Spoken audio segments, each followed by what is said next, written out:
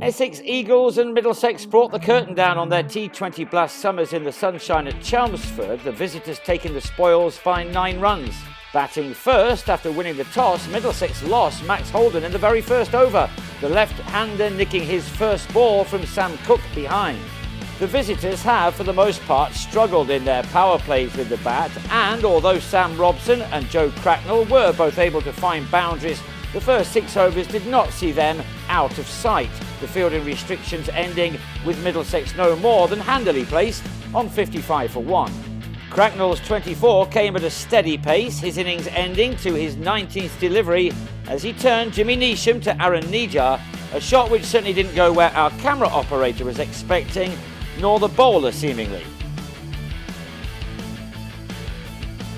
Neesham and Nejar stemmed the flow of runs, meaning that Middlesex had got to 75 for 2 halfway through their innings. Robson decided that he now had to change gears and so went big off Simon Harmer twice in the same over, the first of which took him to his maiden half-century in this format in his 7th appearance. Daryl Mitchell also cleared the rope off Nejar, a shot which brought up his team's 100 in the 13th over. But 3 balls later, Robson was out for a 44-ball 60, cramped for room as he tried to go over the top once again off Nejar. Middlesex would have hoped to really push on from this stage with wickets in hand, but while Mitchell was surprisingly subdued, John Simpson was able to score some boundaries, but these were few and far between as the visiting team entered the last 3 overs of their innings with a score of 135 for 3. Simpson was stumped after being followed by Harmer, he gone for 24. The penultimate over was a better one for Middlesex, Mitchell finally releasing the shackles with this maximum. 15 runs were taken from over number 19 and the first ball of the 20th was also sent over the rope by Mitchell, who was finishing the innings off strongly until he turned a ball from Cook to debutant Josh Rymel, the batsman out for 43 as Middlesex closed on 169 for 5. The Eagles replied with 10 runs coming off the opening over delivered by Mujib Ur-Rahman, both Tom Wesley and Adam Wheater soon off and running.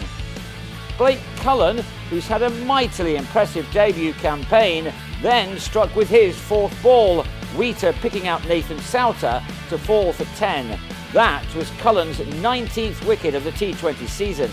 Only 2 others, including the Eagles' Sam Cook, have more. Stephen Finn would have been thrilled with that, but was probably less happy with his own efforts here as he suffered at the hands of Dan Lawrence. He dominated the remainder of the power play, the 6 overs coming to an end with the Eagles on 57 for 1, an ideal start for the hosts given their target. Souter was brought on for the 8th over and almost had Lawrence with his 2nd delivery, the shot just clearing the rope, but when he went again 2 balls later, he lifted his shot too high to be held by Mitchell. Credit to the bowler as Lawrence departed for an entertaining 29. Souter continued to offer plenty of flight. Wesley took advantage to carry the total to 88 for 2 after 10 overs, 82 more required from the remaining 10.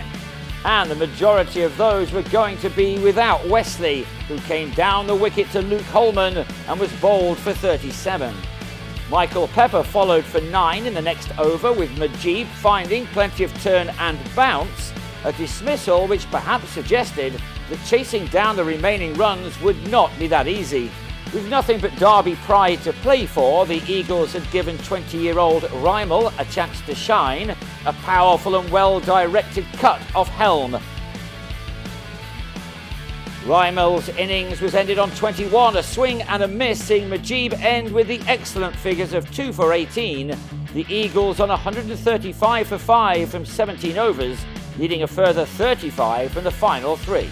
It was fitting that Cullen added a 20th blast wicket in his final over, the 19-year-old adding figures of 2 for 26 to his tally. His last, the big wicket of Neesham, Cracknell with the smart catch in the deep. The game was soon in Middlesex's pocket as Harmer scooped a shot off Finn to Holman, a wicket which left Essex on 139 for 7 in the penultimate over. And the pocket was zipped up next ball as Paul Walter tested out Finn's fitness and athleticism.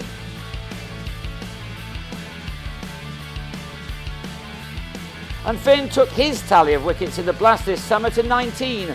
Another excellent effort from the former England man. Needs are the man out after hitting 10 runs off his first 2 balls.